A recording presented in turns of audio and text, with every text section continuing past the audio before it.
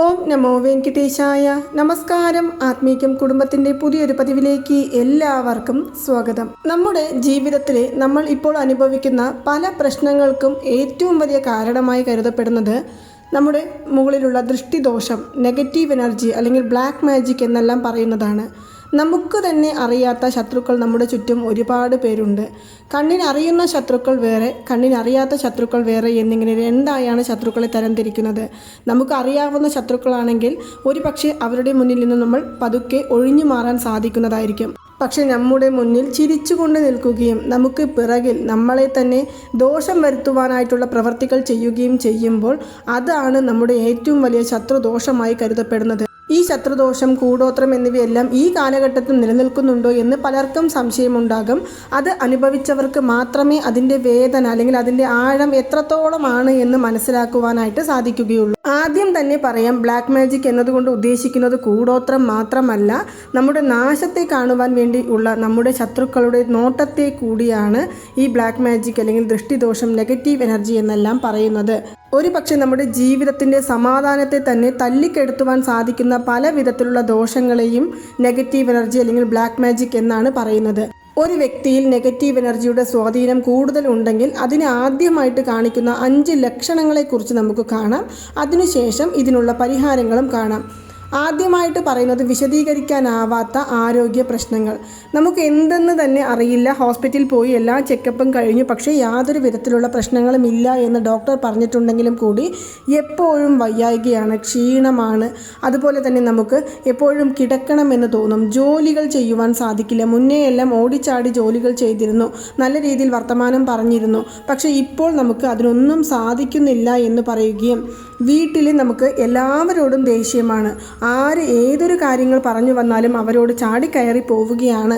ഇതുവരെയും ഇങ്ങനെയുള്ള ഒരു സിറ്റുവേഷനിലൂടെ നമ്മൾ കടന്നു പോയിട്ടില്ല, ഇപ്പോൾ എന്തേ എന്ന് നമ്മൾ തന്നെ ഓർത്ത് വിഷമിക്കുകയാണെങ്കിൽ ഉറപ്പിച്ചോളൂ, നമ്മളെ ശത്രുദോഷം അല്ലെങ്കിൽ നെഗറ്റീവ് എനർജി കീഴ്പ്പെടുത്തി കളഞ്ഞു എന്നുള്ള കാര്യം.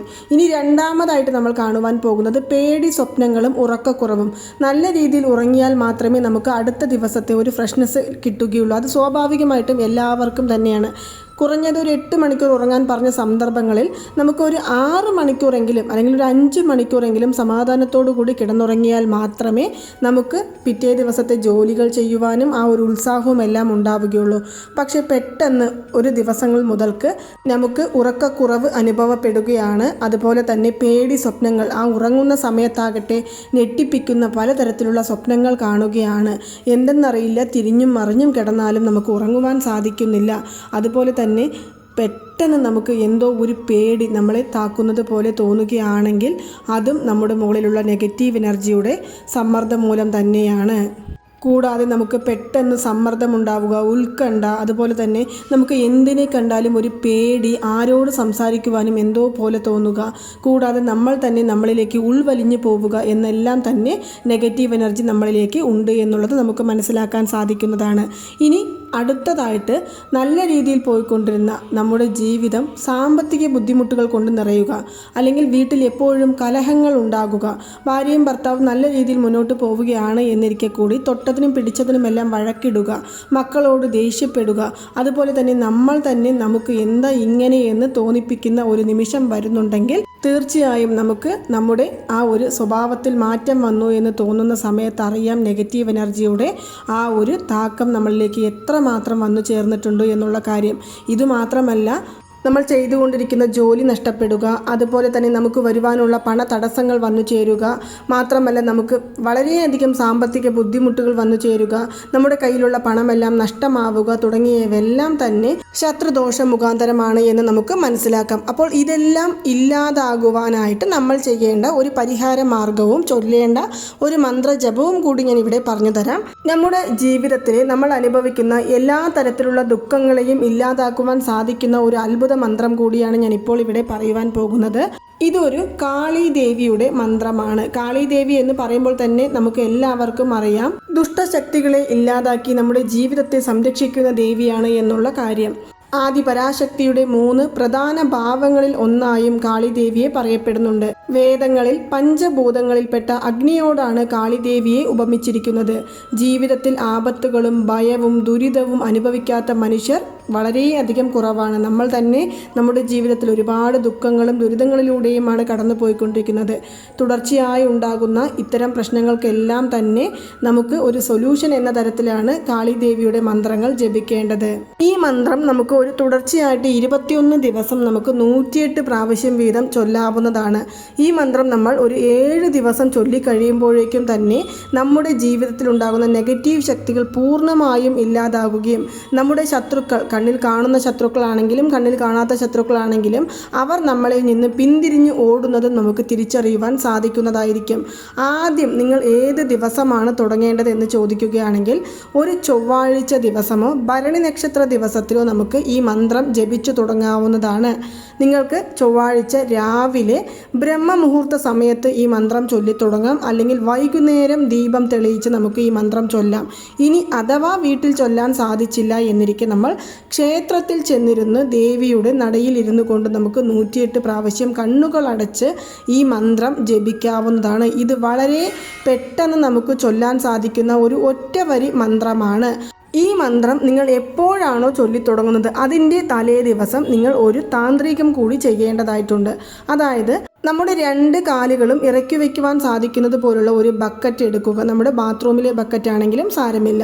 ആ ബക്കറ്റ് നിറയെ വെള്ളം എടുക്കുക. നമ്മൾ അതിൽ 2 കാലും ഇറക്കി വെക്കേണ്ടതാണ്. ആ സമയത്ത് വെള്ളം താഴേക്ക് പോകാതിരിക്കുവാനായിട്ട് കുറച്ച് ഒരു 3/4 ഭാഗത്തോളം നമുക്ക് അതിൽ വെള്ളം എടുത്താൽ മതി. ഇനി ഒരു 5 സ്പൂണോളം കല്ലുപ്പ്, നമ്മൾ ആ കല്ലുപ്പ് അതിലിട്ടുകൊണ്ട് നിങ്ങൾ ഒരു 10 മിനിറ്റോളം ആ വെള്ളത്തിൽ ഇറങ്ങി നിൽക്കുക. ഒരു 10 മിനിറ്റ് സാധിക്കാത്തവർക്കാണെങ്കിൽ ഒരു 5 മിനിറ്റെങ്കിലും നമ്മൾ വെള്ളത്തിൽ ഇറങ്ങി നിന്നുകൊണ്ട് നമ്മുടെ മുകളിലുള്ള എല്ലാ നെഗറ്റിവിറ്റികളും ഈ വെള്ളത്തിലൂടെ അലിഞ്ഞു പോകുന്നതായിട്ട് നമുക്കൊന്ന് സങ്കല്പിക്കാവുന്നതാണ്. കല്ലുപ്പിന് നെഗറ്റീവ് ശക്തികളെ തുരത്തി ഓടിക്കുവാനുള്ള അതീത ശക്തിയാണ് ഉള്ളത്. നമ്മുടെ ജീവിതത്തിലെ നെഗറ്റീവ് ശക്തികളെയും ദുഷ്ടശക്തികളെയും ശത്രുക്കളെയും ഇല്ലാതാക്കുവാനുള്ള ഒരു പ്രധാനപ്പെട്ട കഴിവ് കല്ലുപ്പിനുണ്ട്. അതുകൊണ്ട് തന്നെ കണ്ണുകൾ അടച്ചിരുന്നു കൊണ്ട് നമ്മുടെ ജീവിതത്തിൽ എന്തെല്ലാം നിങ്ങൾ പ്രശ്നങ്ങൾ അനുഭവിക്കുന്നുണ്ടോ, ആരോഗ്യപരമായ പ്രശ്നങ്ങളാണെങ്കിൽ അത് ഇല്ലാതായി തീരുന്നത് പോലെ സങ്കല്പിക്കാം. സാമ്പത്തികപരമായ പ്രശ്നങ്ങളാണെങ്കിൽ അത് ഇല്ലാതായി തീരുന്നത് പോലെ സങ്കല്പിക്കാം. ഇനി നിങ്ങളുടെ ജീവിതത്തിൽ എന്തെല്ലാം തരത്തിലുള്ള പ്രശ്നങ്ങൾ നിങ്ങൾ അനുഭവിക്കുന്നുണ്ടോ ആ പ്രശ്നങ്ങളെല്ലാം ഇല്ലായ്മ ചെയ്യുവാനായിട്ട് നിങ്ങൾ അത് സങ്കല്പിച്ചുകൊണ്ട് ഒരു 10 മിനിറ്റോളം നിങ്ങൾ ആ വെള്ളത്തിൽ കാല് വെച്ച് നിൽക്കുകയോ അല്ലെങ്കിൽ ഒരു കസേര എടുത്ത് നമുക്ക് ഇരുന്നു കൊണ്ട് ബക്കറ്റിൽ കാല് ഇറക്കി വയ്ക്കുകയോ ചെയ്യാവുന്നതാണ്. ഇനി നമ്മൾ ആ ബക്കറ്റിലെ വെള്ളം താഴെ ബാത്റൂമിൽ ഒഴുക്കി കളയാവുന്നതാണ്, അല്ലെങ്കിൽ കാൽപ്പെടാത്ത സ്ഥലത്ത് കൊണ്ടുപോയി ഒഴിച്ച് കളയാവുന്നതാണ്. ഇത് ചെയ്തതിന് പിറ്റേ ദിവസമായിരിക്കണം നിങ്ങൾ ഭദ്രകാളി ദേവിയുടെ ഈ ഒരു മന്ത്രം ചൊല്ലിത്തുടങ്ങേണ്ടത്. 21 ദിവസമാണ് ചൊല്ലേണ്ടത്. 21 ദിവസവും നോൺ വെജ് കഴിക്കാൻ പാടില്ലേ എന്ന് സംശയമുണ്ടാകും. കഴിക്കാതിരുന്നാൽ നല്ലതു തന്നെയാണ്. എങ്കിലും കഴിക്കാൻ താല്പര്യമുള്ളവർ രാവിലെ ഈ മന്ത്രം ചൊല്ലിയതിനു ശേഷം കഴിക്കാം. വൈകുന്നേരം നമുക്ക് മന്ത്രം ചൊല്ലേണ്ടതായിട്ടില്ല. ഇനി വൈകുന്നേരം ചൊല്ലുന്നവരാണെങ്കിൽ രാവിലെ നോൺ വെജ് കഴിക്കരുത്.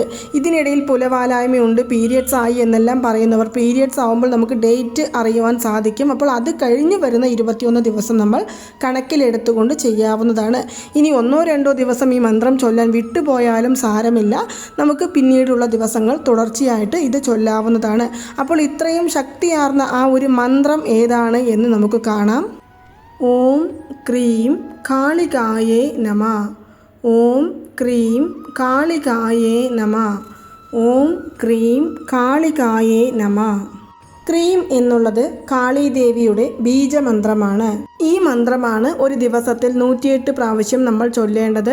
നമ്മൾ വീട്ടിലിരുന്നു കൊണ്ട് ചൊല്ലുമ്പോഴാണെങ്കിലും അല്ല നമ്മൾ ക്ഷേത്രത്തിൽ ഇരുന്നു കൊണ്ട് ചൊല്ലുമ്പോഴാണെങ്കിലും കണ്ണുകളടച്ച് ഈ മന്ത്രം ചൊല്ലുമ്പോൾ കാളീദേവിയുടെ രൂപം നമ്മുടെ മനസ്സിന് മുന്നിൽ ഉണ്ടാകേണ്ടതാണ്. കാരണം ദേവിയോട് നമ്മുടെ ജീവിതത്തിൽ എല്ലാ വിധത്തിലുള്ള പ്രശ്നങ്ങളും നെഗറ്റീവ് എനർജിയെ മാറ്റിത്തരുവാൻ മാത്രമല്ല, ജീവിതത്തിൽ ഉയർച്ചയിലേക്ക് വരണമെങ്കിലും സമ്പത്തും ആരോഗ്യവും പ്രദാനം ചെയ്യുവാനും ഈ മന്ത്രം നമുക്ക് ചൊല്ലാവുന്നതാണ്. നമ്മൾ ഈ മന്ത്രം ചൊല്ലുമ്പോൾ തന്നെ നമുക്ക് നമ്മൾ അറിയാത്ത ഒരു ശക്തിയും ധൈര്യവും നമ്മളിലേക്ക് വന്നു ചേരുന്നത് പോലെ തോന്നും. മാത്രമല്ല നമ്മുടെ ജീവിതത്തിലുള്ള എല്ലാ ദുഷ്ടശക്തികളിൽ നിന്നും നമുക്ക് മോചനം നേടുവാനും നമുക്ക് അമ്മയുടെ സംരക്ഷണം എപ്പോഴും ഉണ്ടാകുവാനും സാധിക്കുന്ന ഒരു മഹത്തായ മന്ത്രമാണ് ഞാൻ ഇപ്പോൾ ഇവിടെ പറഞ്ഞത്. ചൊല്ലി നോക്കുമ്പോൾ തന്നെ അതിൻ്റെ ആ ഒരു പോസിറ്റീവ് എനർജി നമുക്ക് തിരിച്ചറിയുവാനായിട്ട് സാധിക്കുന്നതായിരിക്കും. അപ്പോൾ നമ്മുടെ ജീവിതത്തിലുള്ള നെഗറ്റീവ് ശക്തികളെ തുരത്തി ഓടിക്കുവാനും ശത്രുക്കളെ ഇല്ലാതാക്കുവാനായിട്ടും പോസിറ്റീവ് എനർജി എനർജി നമ്മുടെ ജീവിതത്തിൽ വന്നു ചേരുവാനായിട്ടും നമ്മൾ ചെയ്യേണ്ട ഒരു ചെറിയ താന്ത്രികവും ചൊല്ലേണ്ട ഒരു മഹത്തായ മന്ത്രത്തെക്കുറിച്ചുമാണ് ഇന്നത്തെ ഈ വീഡിയോയിലൂടെ നമ്മൾ കണ്ടത്. നിങ്ങൾക്ക് എല്ലാവർക്കും ഈ ഒരു വീഡിയോ ഇഷ്ടമായി കാണുമെന്ന് വിശ്വസിക്കുന്നു. ഈ വീഡിയോ ഇഷ്ടമായാൽ മറ്റുള്ളവരിലേക്കും കൂടി എത്തിക്കുവാനായിട്ട് ശ്രമിക്കുക. നന്ദി, നമസ്കാരം. ഓം നമോ നാരായണ. ഓം നമോ വെങ്കിടേശായ നമഃ.